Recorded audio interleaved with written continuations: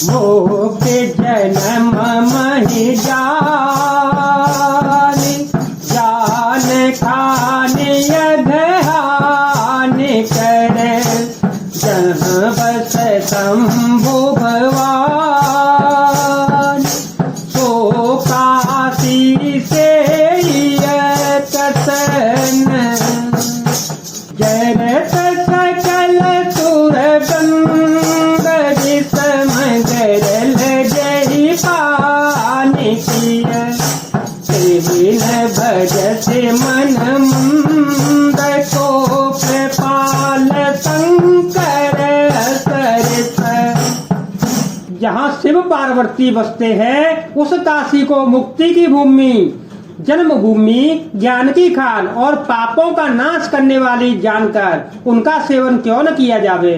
जिस भीषण हलाहल विष से सब देवतागण जल रहे थे उसको जिन्होंने स्वयं पान कर लिया, रे मंद मन तू उन शंकर को क्यों नहीं बसता। उनके समान कृपालु और कौन है। आगे चले बहुरी रघुराया, मुख पर बतनिया राया, सचिव सहित तो जीवा, सचिव सहित तो जीवा, आवत देखिय तोल बल जीवा, तभी सुनो हनुमाना, उस जुगल बल रूप निधाना, उस जुगल बल रूप निधाना।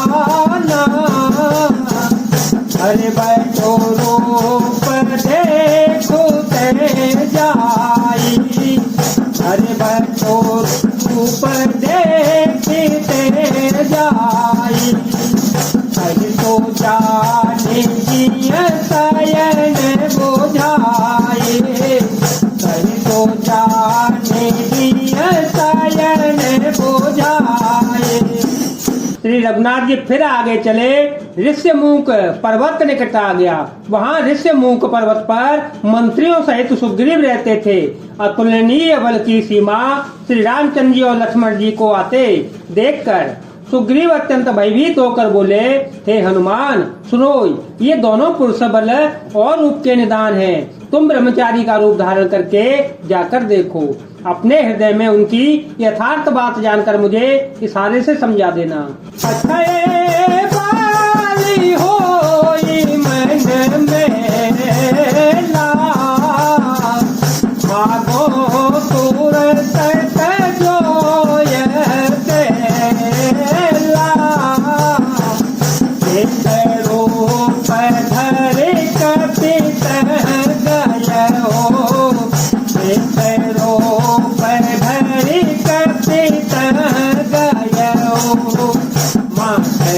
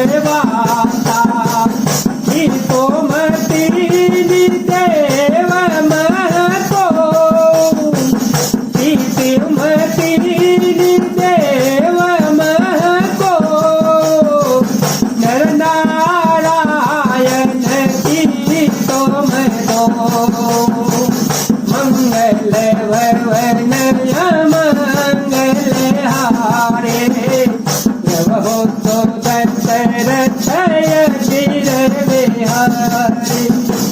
यदि वे मन के मलिन भाली के भेजे हुए हों तो मैं तुरंत ही इस पर्वत को छोड़कर भाग जाऊंगा। यह सुनकर हनुमान जी ब्राह्मण का रूप धारण करके वहां गए और मस्तक नवाकर इस प्रकार पूछने लगे कि हे वीर, सांवले और गोरे शरीर वाले आप कौन हैं जो क्षत्रिय के रूप में वन में फिर रहे हैं? हे स्वामी, कठोर भूमि पर कोमल चरणों से चलने वाले आप किस कारण वन में विचर रहे हैं? मन को हरने वाले, मन को अपने बस में करने वाले सुंदर कोमल अंग हैं और आप वन के दुसह धूप और वायु को सह रहे हैं। क्या आप ब्रह्मा, विष्णु या महेश इन तीनों देवताओं में से कोई एक है या आप दोनों नर और नारायण हैं?